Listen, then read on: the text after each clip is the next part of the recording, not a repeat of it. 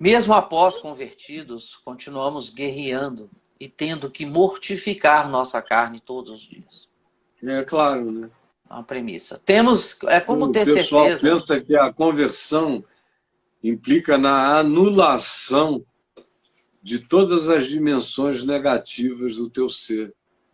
Eu não sei quem foi que ensinou isso para o pessoal, porque são tantas expectativas erradas, equivocadas.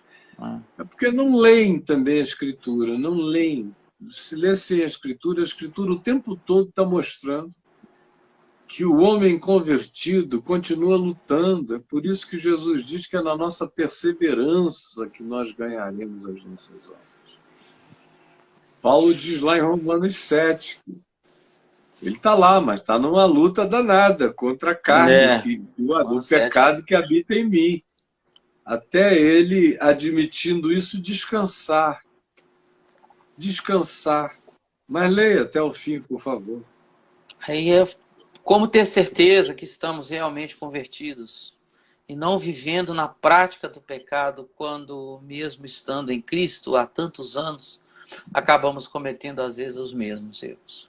Mas você é um pecador, cara. Você não é pecador porque você peca. Você peca porque você é pecador. Essa é uma frase que quem me segue a vida inteira já não aguenta mais ouvir de mim. Pode até haver outros dizendo por aí, mas eu estou dizendo isso desde os 18 anos de idade. Eu aprendi com um amigo meu, o reverendo Frederico Orr, um irlandês do Evangelho, comprometido como aquelas figuras que já não existem mais. E eu convivi muito com ele lá em Manaus. Ele ia demais na minha casa, estava sempre por lá.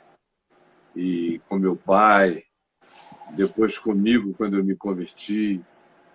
E ele foi quem um dia me disse na garagem lá da minha casa, a propósito de alguma coisa parecida com essa aí, sobre a conversão e a continuidade da luta contra o pecado. Como diz o escritor de Hebreus, na vossa luta contra o pecado ainda não tivestes que resistir até ao sangue. Porque a luta continua, mano. Ninguém se engane.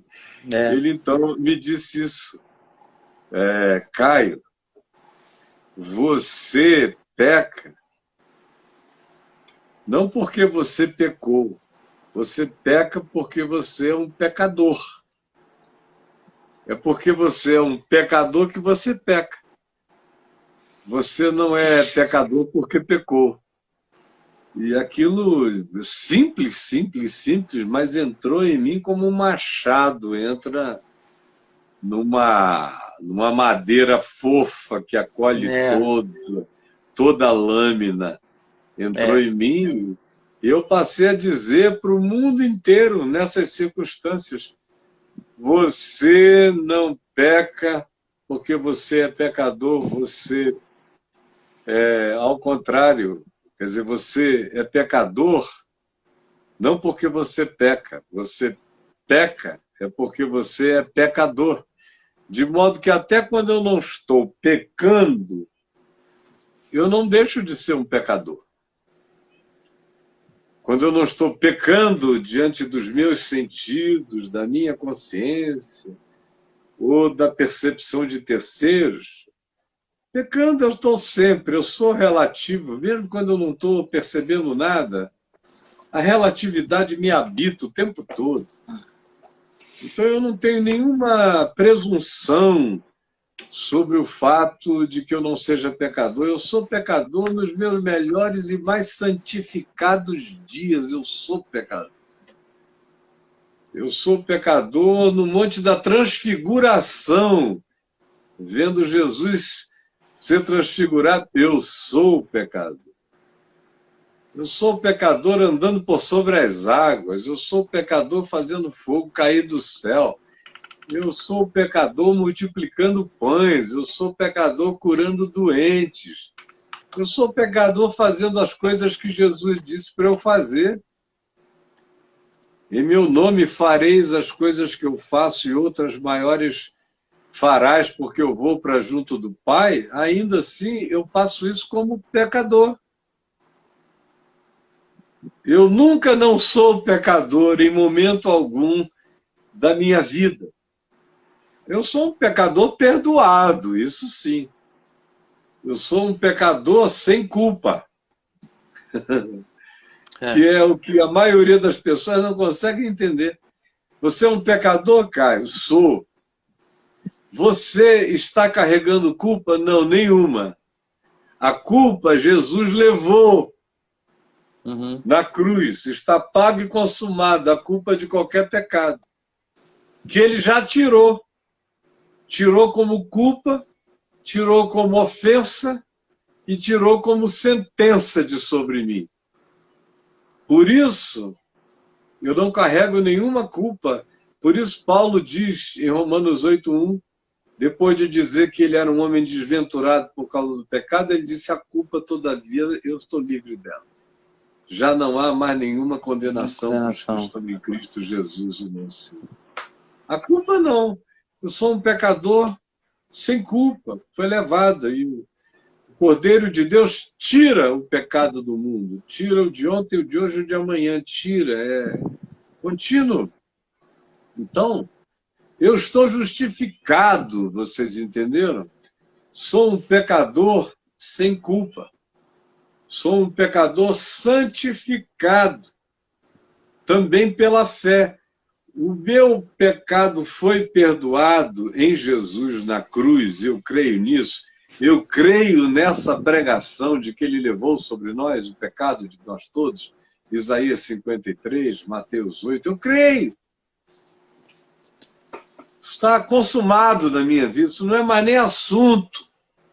Eu sou perdoado, embora seja pecador, tanto quanto pela fé, a mesma fé que me justifica é a mesma fé que me santifica. Eu sou um santo por causa do fato de que Jesus já levou os meus pecados na cruz e que o amor dele me constrange todo dia. Eu cresço no constrangimento de me tornar parecido e semelhante a Cristo Jesus.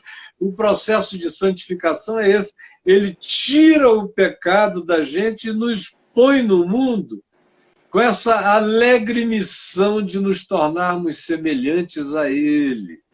E é esse caminho de humanização que vai sendo cristificada, crescendo na semelhança de Deus em Cristo Jesus, que é a minha santificação, que também já foi realizada por Jesus e agora está disponibilizada para mim como prática. Ele diz, em favor deles, ó Pai, eu me santifico, eu sou santificado em Cristo Jesus.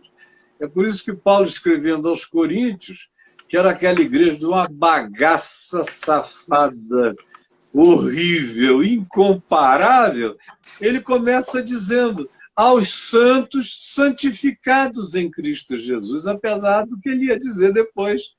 Ele está escrevendo para os santos santificados em Cristo. Agora, aqueles santos santificados em Cristo tinham que ser tratados, porque estava todo mundo doente ali. Doente. Então, a gente pode viver muitas vidas em Cristo Jesus. Você pode viver o tipo de vida que meu pai viveu, por exemplo, que se converteu, e o pecado na vida dele passou a ser coisas da subjetividade. Ele era um pecador porque no coração dele ele reconhecia todo dia que as subjetividades nem sempre estavam totalmente alinhadas com o amor de Deus. Mas eu confesso que do ponto de vista externo, vivendo ali todo dia com ele, eu nunca vi o cara...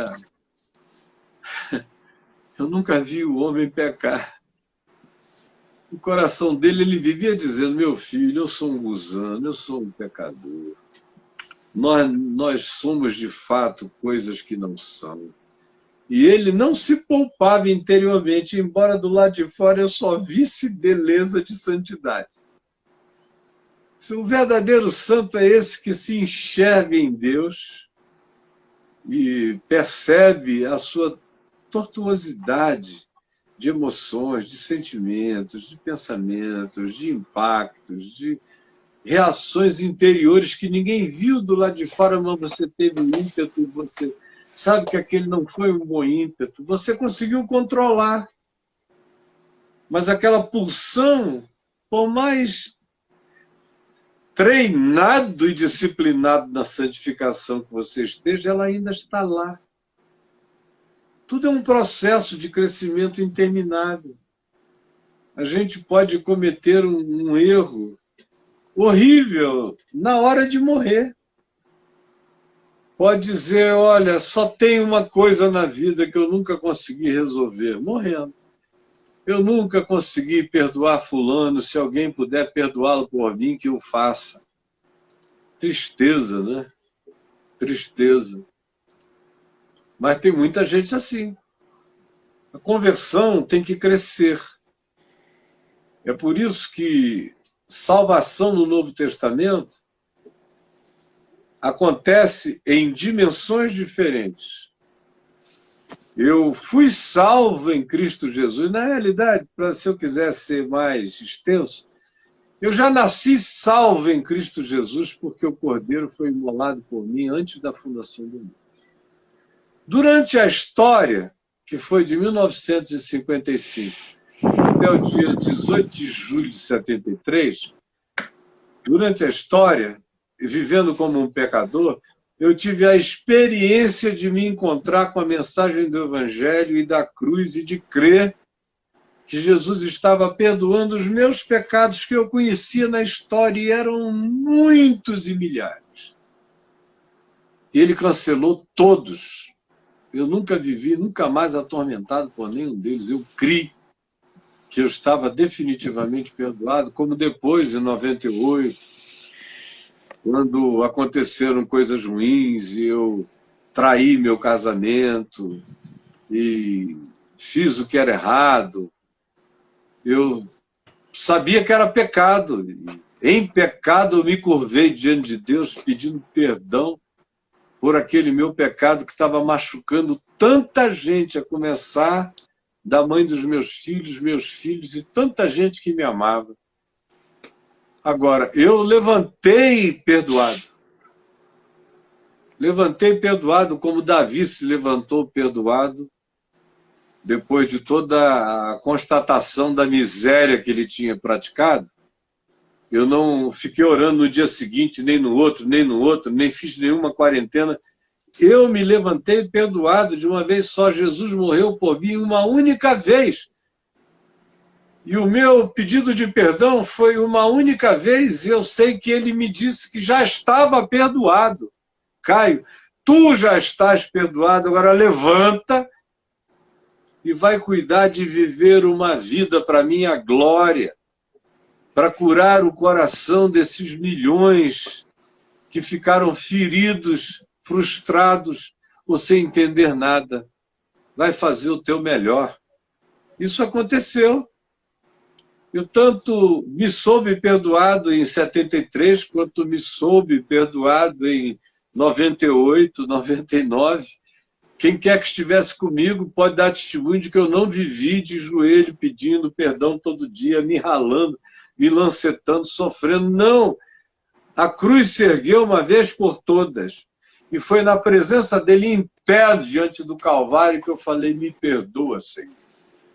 E ele disse, tu estás perdoado, hoje mesmo estarás comigo no gozo da graça, do paraíso na terra. Vai e não peques mais. E eu fui em paz. Agora, o resto, um longo trabalho de santificação pessoal, de testemunho, de paciência, como eu já tinha vivido antes, para mim não foi diferente. O Evangelho nunca me foi um peso, o Evangelho sempre me foi um privilégio.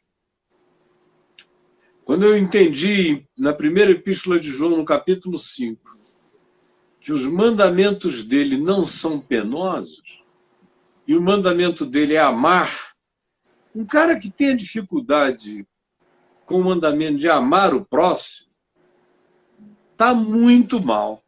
Mas está muito mal mesmo, precisa se enxergar. Porque o mandamento de amar o próximo deveria ser a coisa mais bendita da nossa vida. A coisa mais horrorosa deveria ser um mandamento que me mandasse odiar meu próximo. Mas o mandamento manda amar. Meu Deus, eu vou achar ruim porque só se eu estiver me endiabrando. Do contrário, eu não me permito, eu não me dou o direito nem de ficar com implicância com ninguém. Sabe a implicância, brother? É uma maneira de você não perdoar, dizendo que já perdoou, que você tem apenas uma antipatia por aquela pessoa. Quem perdoou pode até não gostar do convívio do outro, mas não tem antipatia. E a pessoa não é um exemplo de tudo que você vai dizer de desagradável, você diz como fulano faz. Se você ouvir uma notícia ruim, a primeira coisa que você pensa é terá sido o fulano, nunca perdoou. Eu estou todo dia em processo de santificação. Perdão não me é um problema e amar alguém também não é problema, porque amor é uma decisão de fazer bem, de fazer o melhor. Então, eu fui salvo antes da fundação do mundo, sou salvo na história como privilégio para mim, como privilégio psicológico, tomar posse com dia e hora marcada dessa graça que eu conheci em meu favor. Então, eu já fui salvo. Na história, eu tomei posse dessa certeza pela graça de Deus.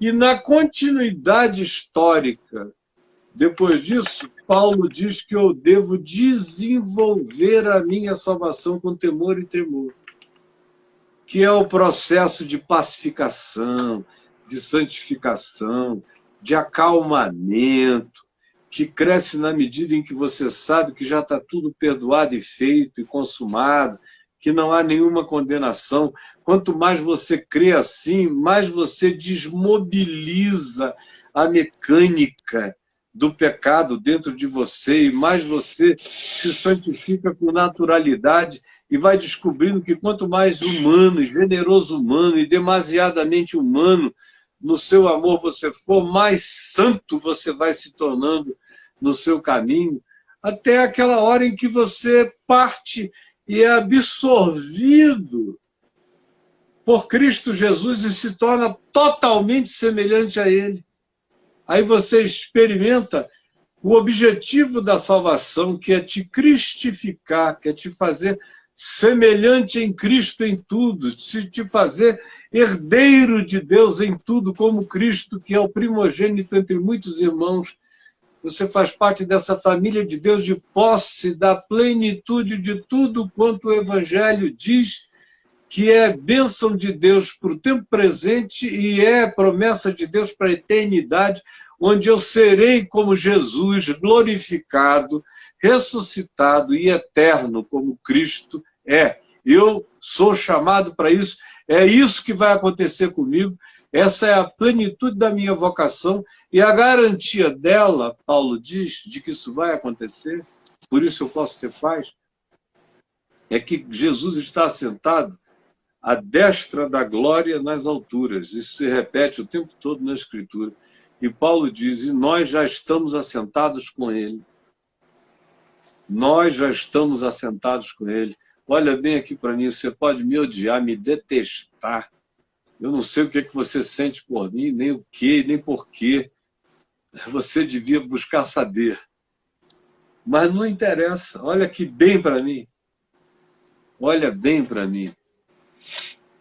Você está olhando para um homem que já está assentado nos lugares celestiais em Cristo Jesus, para além da morte, para além do medo, para além da catástrofe, para além do apocalipse, para além de qualquer coisa. Agora, isso é um caminho que a gente tem que aprender a desenvolver todos os dias, andando nele. E como Paulo disse, Não que eu julgue, Filipenses 12, 9, 12 em diante. Não que eu julgue haver alcançado a perfeição. De jeito nenhum. Sou pecador, aperfeiçoado em Cristo Jesus. No entanto, esquecendo das coisas que para trás ficam, todas elas, esquecendo. Não é mais assunto para mim. Eu prossigo para o alvo, para o prêmio da soberana vocação de Deus em Cristo Jesus. Aí ele diz, ora, todos nós que somos perfeitos tenhamos esse entendimento. Ele está lidando com esse já e ainda não. Em Cristo eu já sou perfeito. Na história, ainda não.